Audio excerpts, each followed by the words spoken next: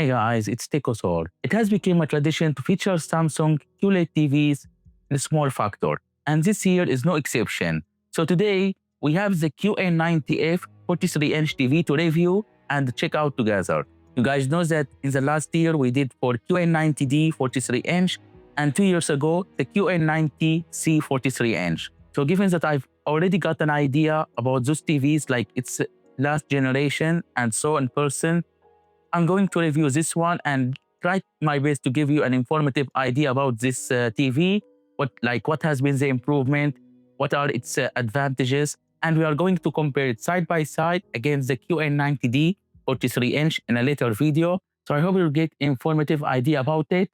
So let's get to it. This is the models that we are going to review just for note QE43 QN90F AT.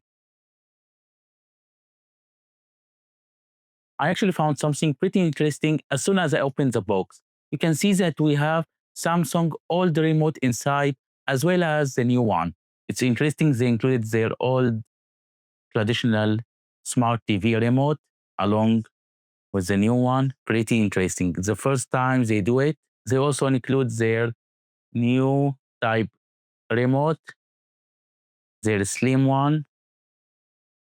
It looks very, very similar to the old one. Here they include a new button for AI.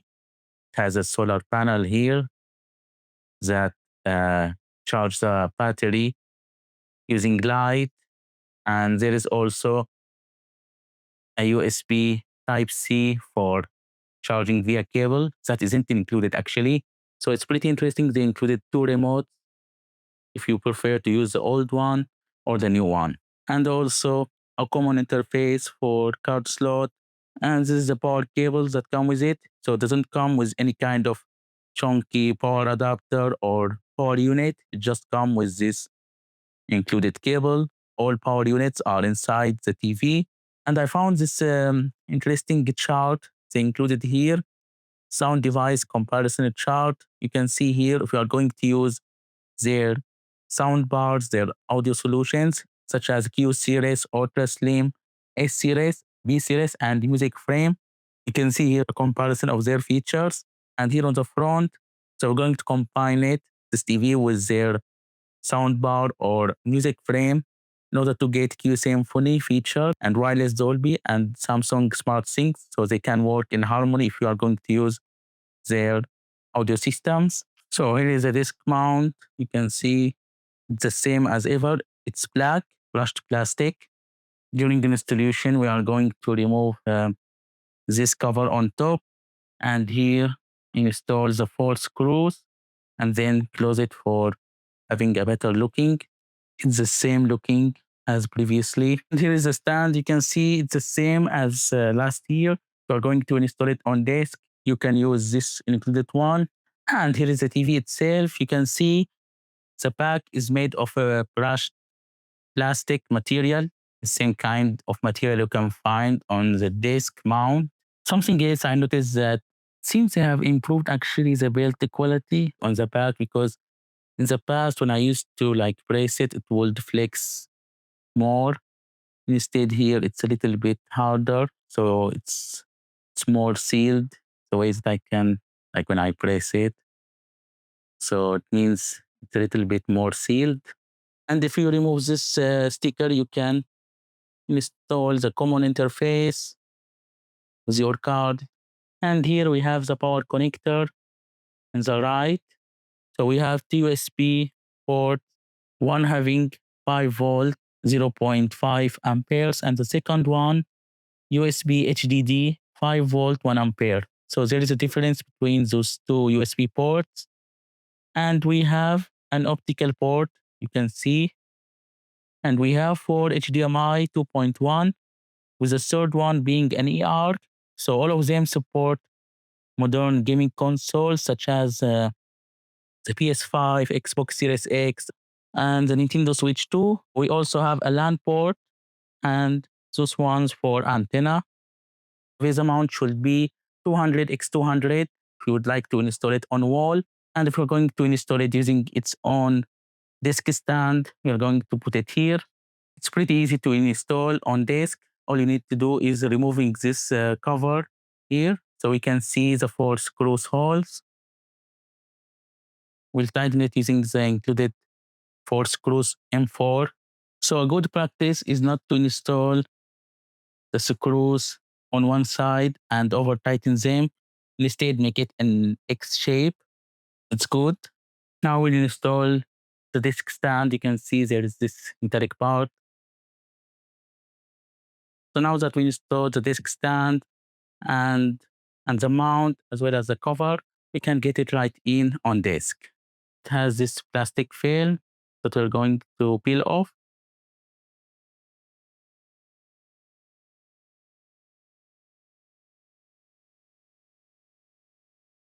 Right off the bat, you can notice that they are using this time a matte finish on the display. You can see just like on their gaming monitors such as the Odyssey, a totally whole different finish on the display. This confirms that there has been some changes on the display coating. So this kind of coating they are using on their QD OLED TVs from last year, I believe. So they used it on their QN90F. Hopefully it's going to improve the viewing experience. So you can see the frame is metallic black. In terms of thickness, it's 1.4 centimeter. So pretty nice and slim design. If you are going to install a sound bar beneath the stand, we have around a clearance of around 5.5 centimeters. For demonstration, here is my Sound Blaster Katana version 2. It barely fits here. So there's a little bit room left.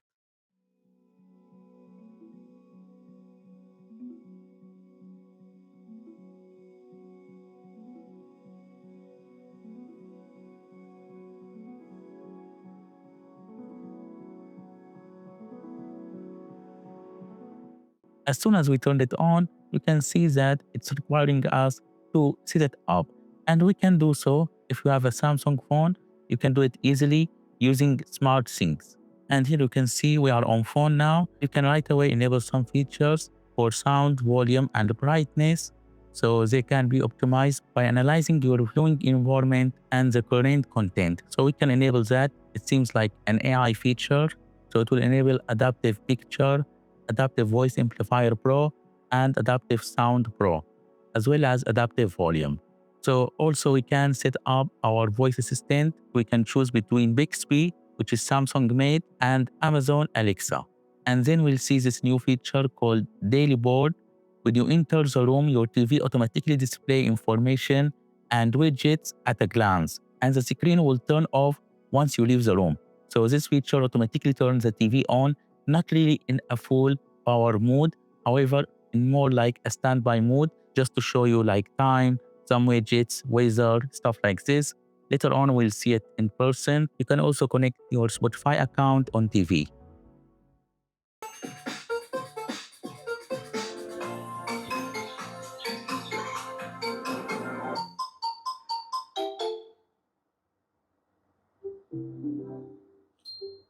So Tizen OS fluidity has been improved. Like you can see, it was fluid in the last generation. However, this one seems more fluid. You can see, its fluidity is very good. And like animations, you see this transitions in animations. So you can see here we have this home dashboard. And if we go to game,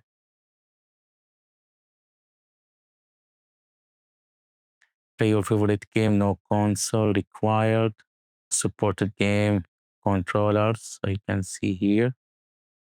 So you can play using Xbox Game Pass, GeForce Now, Amazon Luna, and stream, arcade. So you can see. Let's see what we have for daily. So daily is like productivity plus entertainment. So you can do some karaoke. And we have Samsung Food, Philips Hue. So if you have light strip on the back. You can just mount it, and using this app, Philips Hue that we already covered previously in the last generation, you can have a Hue sync working. You can see in workspace, connect your PC remotely, connection using manual or screen sharing on Windows 11, on Windows 10 also. On Mac, multi-control Samsung DeX. So if you have a Samsung phone, you can use Samsung DeX with it. And we have Microsoft 365. Now on Art, there is a new tab called Art. So it's like this ambient. You can see.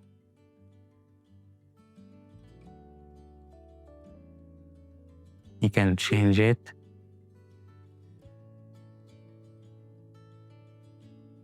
Like a picture, you know. And there is also member-only perks. So there are some collections. Van Gogh. You can see here in connected devices, you can choose between Samsung TV Plus, smart things like your inputs, PC, help, setup, and your phone, for example, if you are sharing. And here is the settings. You can see, like, you can change some stuff.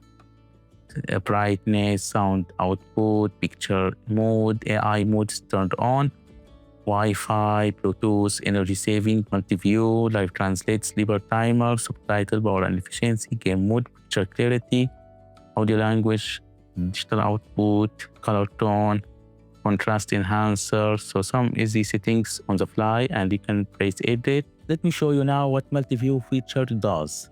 So basically, you can view a smart app like YouTube, internet browser, smart view by Samsung. Like if you have a Samsung phone, you can view it on display. And also you can view PC or Mac, USB and TV camera. Now if we press on Make My Own, we can choose between side-by-side view and PIP. Once you select an input, you can't view two inputs at the same time. So I can, for example, view my PC and an HDMI 2 or PS5, etc. I can only view an input and a smart application. However, if you choose TV, you can also view an input. So here is an example, like you can view an input like my PC in this case. And on the top right side, we can see we have YouTube running on. And here, as you can see, I connected a flash disk and would like to show you guys the upscaling features of this TV. So I'm going to run a movie in 720p. So as you can see, like the content is showing in a very nice way. It almost seems like a 4K resolution at this point. Like I'm not trying to say that it's native 4K. However, it's able to remaster it in a very nice way. It's not like an over sharpened version of it. It's more like an upscaled version. It's going to use some of the processing power using AI to refine image and make it more upscaled, you know? So 720p content is going to run on this TV in a very amazing way. You can see it's very upscaled. And if I turn on Auto HDR Remastering Pro, it's able to refine it even further. You can see that the shapes are more defined. There's a better highlight and better colors. And like the main subject is going to stand out more. So it's going to add more definition to the image. I think I'm glad that I have captured this exact frame to show you the real effect of this feature. So you can see before, the helicopter was more blended into the scene, a weaker highlight around the edges. And once I turned Auto HDR Remastering Pro, it made highlights more prominent and more seen. So in this way, you are going to like tail shapes in a better way, and it's going to add more vibrancy to the scene in general, as well as better contrast. Auto HDR Remastering Pro is able to refine SDR content in a very good way. As you can see, like it's able to make it more vibrant, more saturated, a better brightness, and also you can see highlights are improving. So definitely if you are planning to use an SDR content, to make sure to turn on Auto HDR Remastering Pro, which seems like an improvement to the Auto HDR remastering feature, which was originally debuted 2 years ago. Picture, let's check what we have for PC. So we have game mode turned on. As you see, let's check expert settings. So we have brightness on 50, contrast on 50, sharpness 10, color to 30, 10 to 0. Now it's currently on SDR. If I turn HDR on TV, this option will be disabled. So let's turn on HDR, and this one will be turned off. You can see HDR tone mapping set now to active, and static. You can see static. I will prefer having it on active.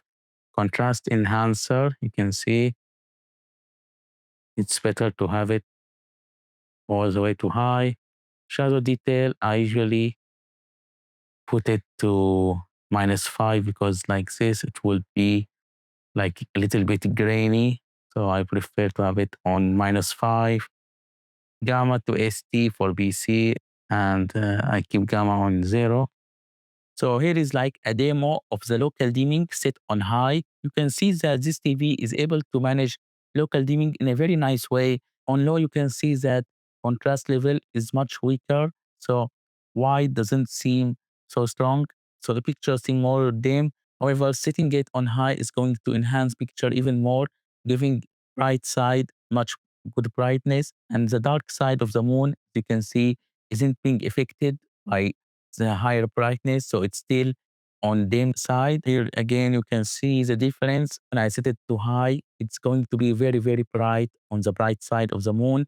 Instead, on the dark side, you can see it's very, very dim. It's pitch black. So definitely make sure that you set it on high. Color space, you can change it between auto or native. I will prefer to have it on native. You want to have it on custom instead. You can change it the way you would like and adjust colors. I will keep it on native. So Color Booster Pro isn't available on PC and when we have game mode. However, in this example, I've set it on the TV Smart YouTube application, and you can enable Color Booster Pro in this case. Last year, it was called Color Booster, and this year it's called Color Booster Pro. So this seemed like an upgraded feature of it, and you can definitely tell the difference because before it used to be more like an increased saturation. Instead, this time it's using an AI to determine places where it should have more color vibrancy and saturation. So you can see that fishes in this example have a better color saturation and concentration. Last year, it used to apply a saturation on the whole picture without like determining which places needed more and which ones doesn't. So this year, there seemed to be an improvement in the Color Booster Pro feature. So definitely make sure that you set it on color tone. You can change it between standard, cool, warm 1 and warm 2. I'll keep it on standard. White balance, you can change in 2 point. Now in advanced features, you can see we have AI mode. So on PC mode, those features are turned off. We have game mode settings. So game mode is currently turned on. Virtual aim, point. We have minimap auto detection, surround sound, dynamic black equalizer. I usually keep this one on just, I can adjust it up to 5. I usually keep it on 1. Daily board. So here is the daily board. I just left the room for like 10 minutes while TV was turned off. And when I entered the room, it automatically turned on and showed me this dashboard. So you can see here the time. We have also the date. We also have the weather. So you can also leave a note here. It can also play music in this mode. There is also Samsung TV Plus, so you can watch it on the go. It automatically turned on and showed me this daily board. And you can also customize it the way that you would like, removing some widgets and adding some, such as like home status, camera, energy, labeling those 3 widgets for Samsung Smart Things. You can also change the wallpaper of it and turn it off completely. So a great feature to try on.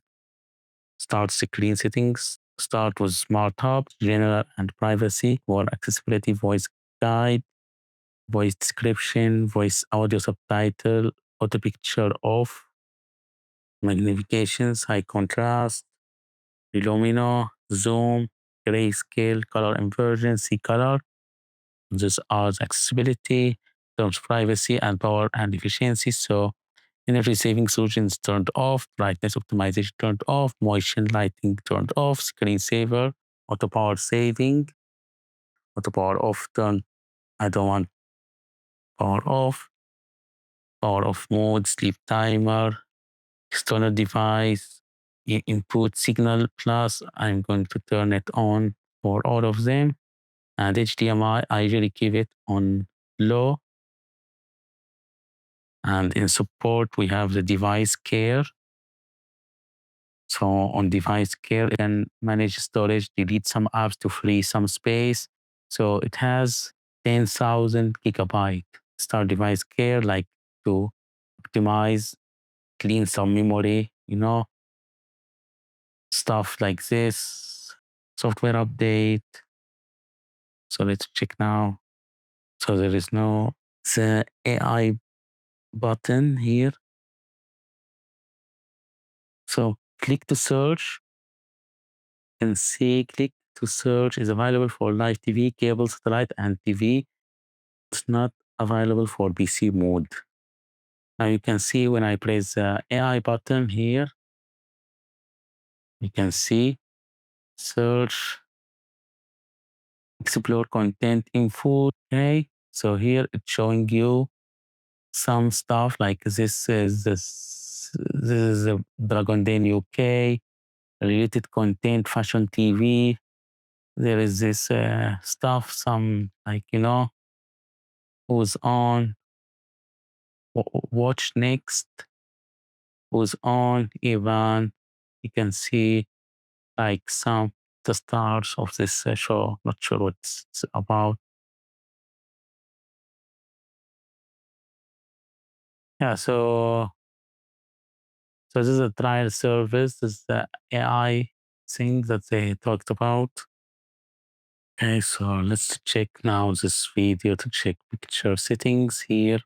So you can see picture is AI optimized. You can change this AI, activate to AI optimize. You can change between static or active. You can improve local dimming, color space to native. It would be better. Color booster. You can see. Not sure if I can tell the difference.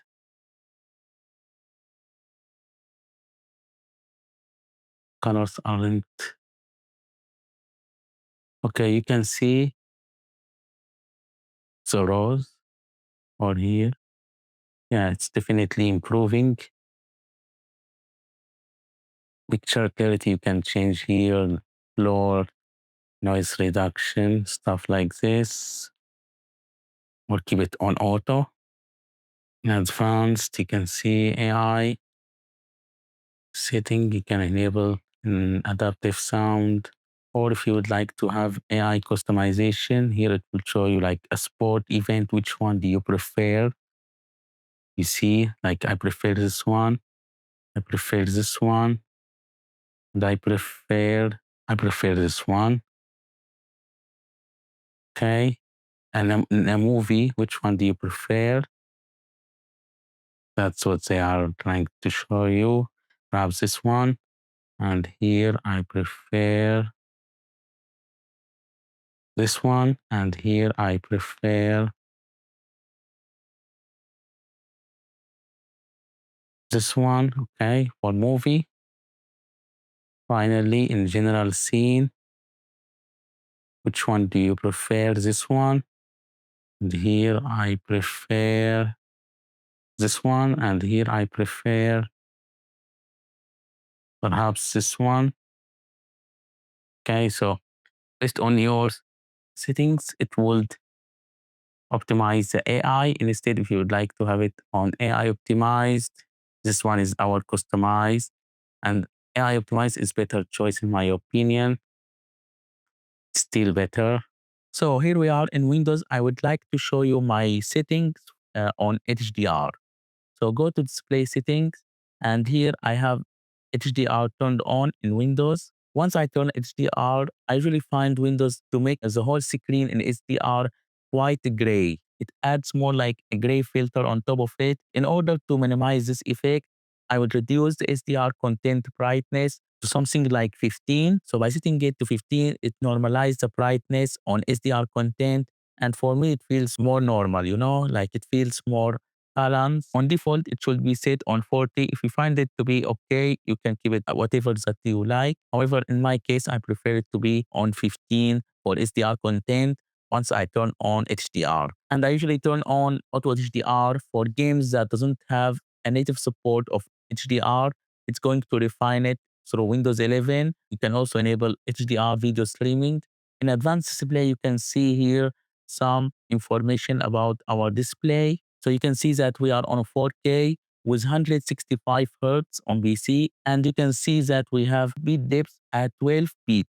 So it's compatible with 12 bit, 165 Hertz with 4K. So a great combination. Now, a good idea to calculate your HDR on Windows, just like you do it for PS5 or Xbox. So go to the Windows Store and search for HDR Calibration. It's an app made by Microsoft.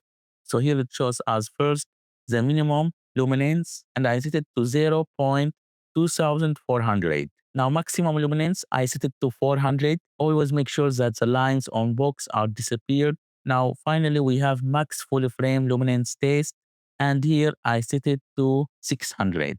Now, finally, you can add some color saturation, but in my case, I just leave it on default because we have set up color saturation on TV, so we don't need to oversaturate it. Finally, you can name the profile that you would like. In my case, I name it to QN90F 43-inch TV. So you can see here now we have it on color profile. So it's currently set on our profile for HDR. And you can also go to color management in Windows and delete the profiles that you wouldn't like to have. So in case you messed up and want to start fresh, you can just remove them from color management and you can start over again on HDR calculation. Now I am using an RTX 5090 GPU, and here on NVIDIA app, you can see that we have G-Sync compatible turned on. Make sure that you turn it on full screen and windowed mode. It supports FreeSync Premium Pro and G-Sync compatible. Even though it's not validated by NVIDIA, however, it should support variable refresh rate if you turn on G-Sync. Should minimize tearing, and you can see in the color tab, we have 12 BPC, so very, very good. We have output color format on RGB and output dynamic range on full. Now I'll show you my current settings on PC with HDR. So I have brightness to 50, contrast to 50, sharpness to 10, color to 35, tint to 0. Auto HDR Remastering Pro is turned off given that we have native HDR turned on. I have HDR tone mapping to active and contrast enhancer to high, shadow detail to -5, gamma to ST point 2084, with gamma offset set to default 0. Now I also have local dimming set to high and color space settings to native.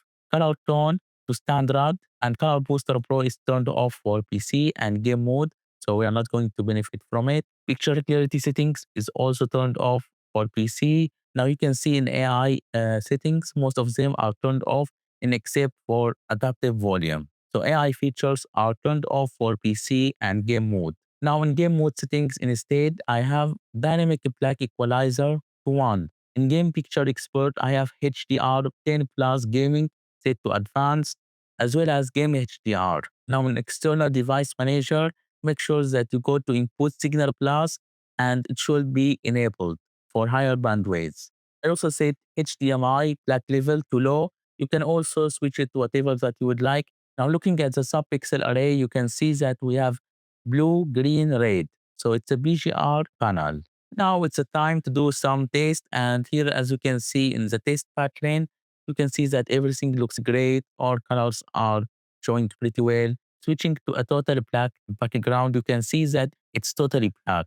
So it features mini LED, and you can see that it gets pretty bright. You can see also on white, setting color tone to standard. It's not cool or warm. It's more like balanced white, and setting it to standard is just what I like. In different color channels, you can see red is totally good, as well as green. However, here in blue, when I started to see something pretty interesting. So you can see that in this area, there is like a grid array and a circle on top. So those symbols are more like a defect of the unit that I am using currently and testing. So since I started the TV, it was present, and in this background, it showed pretty significantly. So you can see there is like a grid and there is a circle. So in this background, in this instance, you can see it pretty well, as well as you can see there is some fog. So I wasn't quite lucky with this unit. Going to uniformity, you can see this defect again. There is another circle on the left. So I don't know, maybe there is a stress caused by other components on the backlight, and it joins those halos. And you can see when I set gray zone to 25, it can show up pretty well. You can see, so really bad luck with this unit. A very dirty screen effect on this one.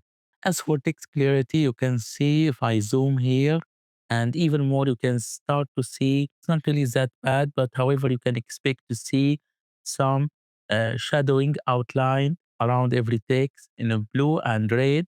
So here is like in hello, you can see there is some red outline around the L in the outer side.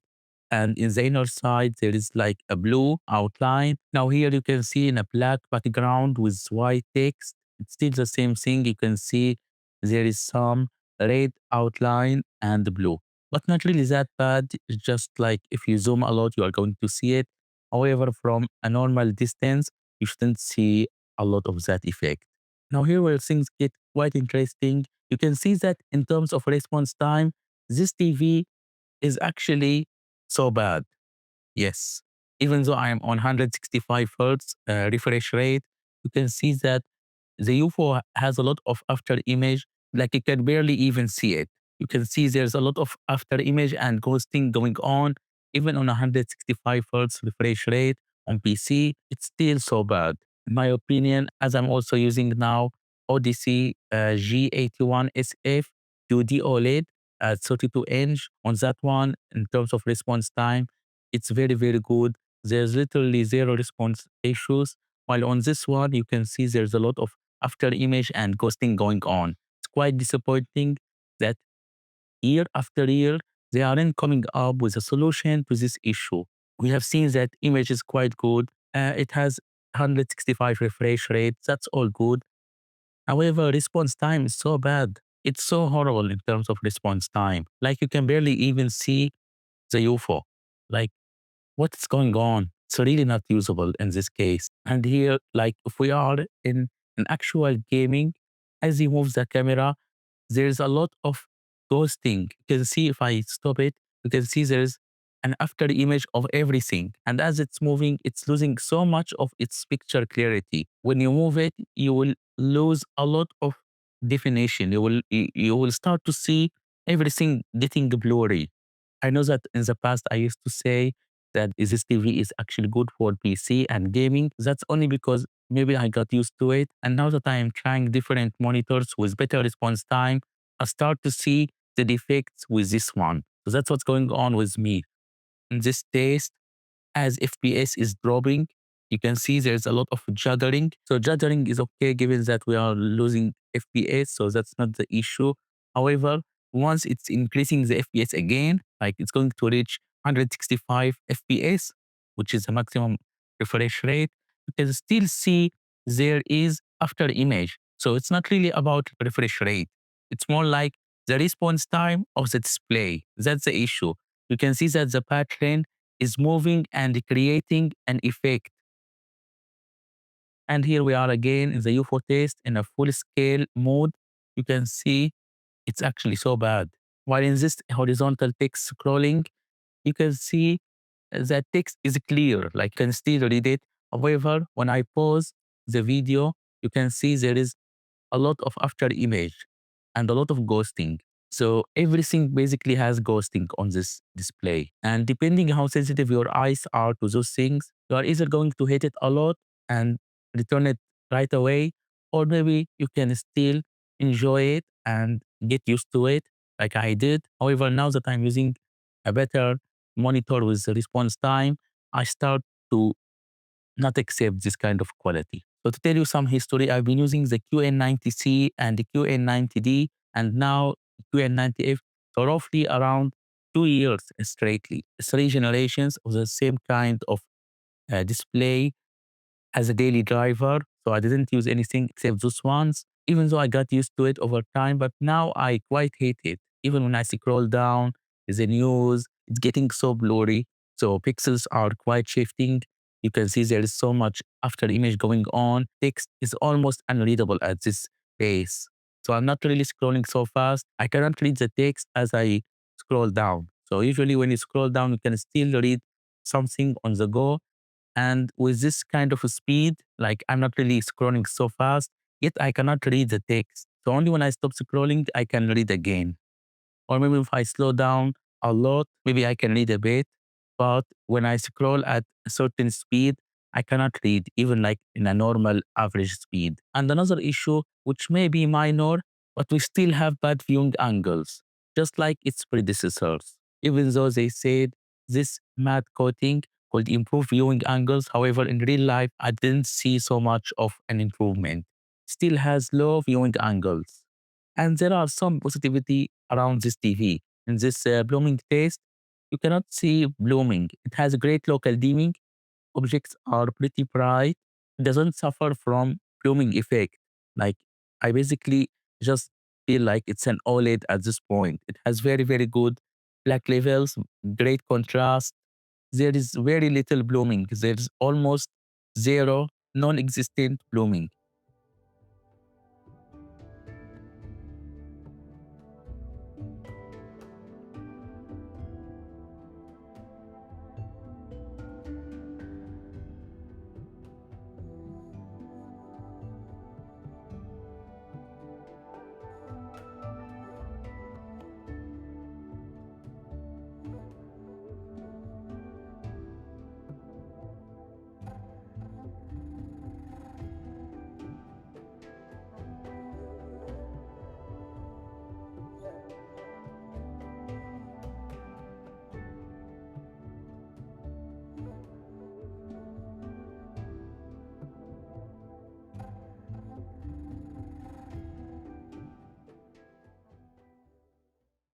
Now, in this another local dimming test, you can see that objects are pretty bright and background is totally pitch black.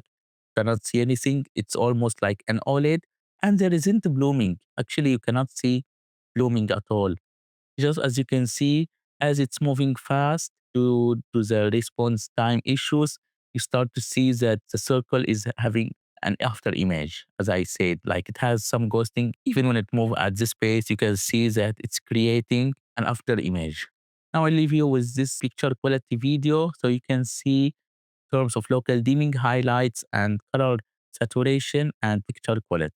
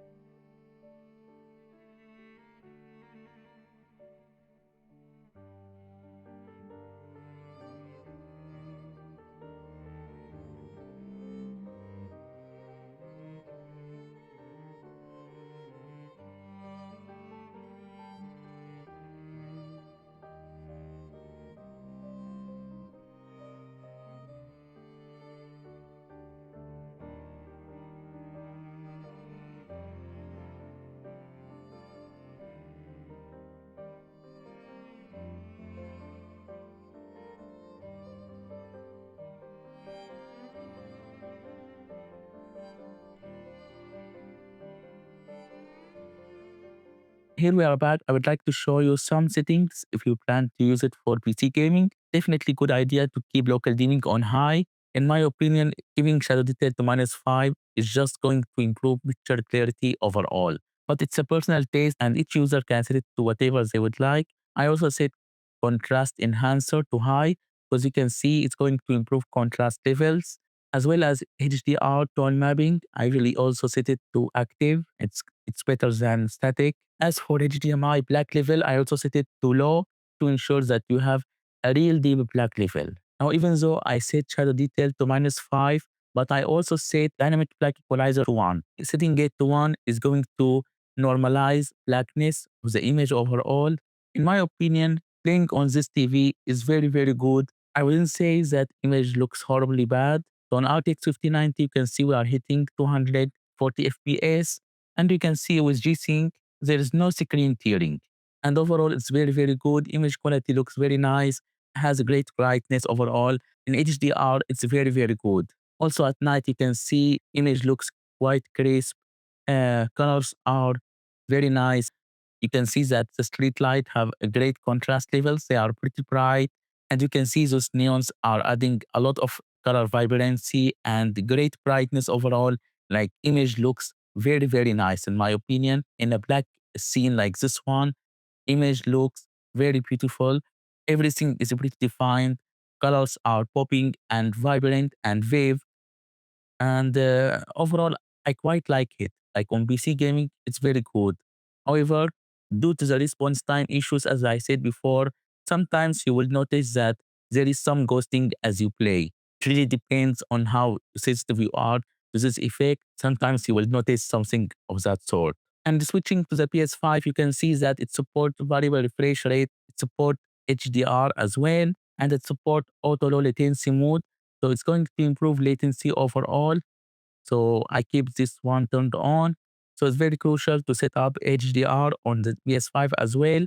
It's very simple. You just need to press next once you cannot see the sun symbol. So pretty simple setup. Now I will show you my settings for the PS5. So I also have brightness 50, contrast 50, sharpness 10, color to 30, 10 to 0, HDR tone mapping to active, contrast enhancer to high, shadow detail to -5, gamma to ST 2084, and it's set on offset 0, local dimming on high, color space settings on native, color booster pro is going also to be disabled on the PS5 because we are on game mode, color tone to standard. Now in game mode settings, I have game mode turned on. Here also I have dynamic light equalizer to 1 and in game motion plus, so it's not deactivated just like on PC. I have game motion plus turned on with the blur reduction to 10 as well as judder reduction also to 10. And I also have HDR 10 plus gaming to advanced as well as game HDR. Here is the game bar. It shows you some information. So you can see that we have input lag on fastest 4K. FPS is currently on 60 and HDR turned on as well as variable refresh rate or VRR. So here, as I rotate the camera, I started to notice the response time issues as I said before. When you start to rotate the camera a little bit, you start to see that image is overall getting blurry overall and this is where I started to see the defects in the display in gaming. When you start to rotate the camera, as you rotate, you start to see that it's indeed showing up on gaming, in actual gaming. So not only on test as we have seen, but also in actual gaming. If you rotate the camera ever so slightly, you start to see that image is overall getting blurry. But apart from that, you can see that image quality is pretty nice. HDR is very good. There is a great contrast levels between white and black, great color vibrancy, and image is pretty crisp. Now, this area in Horizon Forbidden West is almost like my benchmark for good display. So if I go face up the night sky, you can see that stars are pretty beautiful and showing up pretty well. There is a great local dimming. However, when I move the camera, you start to see an after image and it's ruining the image overall. It's becoming blurry, as we said before. So the movement seems pretty incorrect and horrible. Like it's ruining the experience overall. Like you can also see in this area a defect on the unit that I got. You can see that circle and the grid. So quite bad that this unit has this kind of defect. It's pretty distracting. So guys, I don't want to be so negative about this TV. In my opinion, it has great potential. It has great image quality, great AI features. You saw it has great Color Booster Pro, to HDR Remastering Pro. So those two features are pretty nice. It also has great AI adaptive picture. If you don't like to set up your TV and do a manual setup, it can do it automatically and adjust based on the content that you are viewing. So definitely it has great features. Also processor was pretty fast. Navigation in the UI is very good. And also the improvement in the menus is very great. They are pretty smooth. Transitions are pretty nice. So it has great potential in terms of software and features. However, image quality isn't as good as it should be. Like given it has a premium price, it has an average display. Like it has a great brightness, great contrast, great color saturation. Colors are pretty vibrant and vivid. However, as you saw, response time is so bad. Viewing angles is so bad as well. So we have those two things that are going to ruin the experience overall. So if you are sensitive to bad response time, you are going to notice it quite a lot on this one, as well as viewing angles. If you set it at an angle and would like to enjoy from angle distance, you are not going to see a lot. Or if a person is trying to watch from a different side, they are going to lose so much of image definition. So those two problems are still present since I started to review QN90C 2 years ago. So I would like in the future that Samsung gets into a direction where they improve Neo QLED TVs at this size to have better viewing angles as well as better response time. So I wish that it gets the response time of an OLED. I don't know how it's going to be possible. I really hope that it's going to have the same great response time present on IPS and OLED. That's something that they need to advance on. Like currently, at this state with this bad response time, I don't think it's worth for many people. For many users, it's going to be so bad and they are going to return it. And also I got this defect, so quality control will be improved as well. But on the other good side, as I said before, it has great processor, great AI features. So what do you guys think about this TV? Do you think it's worth the price? Do you think it's an improvement over the predecessor? I think it has some improvement over the last year QN90D and before the QN90C. However, it still has bad response time. So what do you guys think about this TV? Let me know in the comments below what you think about it. And if you found this video useful, please give it a thumbs up and subscribe to the channel as a way to support me in making sure to review more TVs in the future as well as monitors from Samsung and different brands. Also very soon, I'm going to compare it side by side against the QN90D 43-inch of the last year. So stay tuned for that one. So your support is going to help a lot in this channel to expand and improve. I really appreciate you. Thanks for watching and see you in the next one.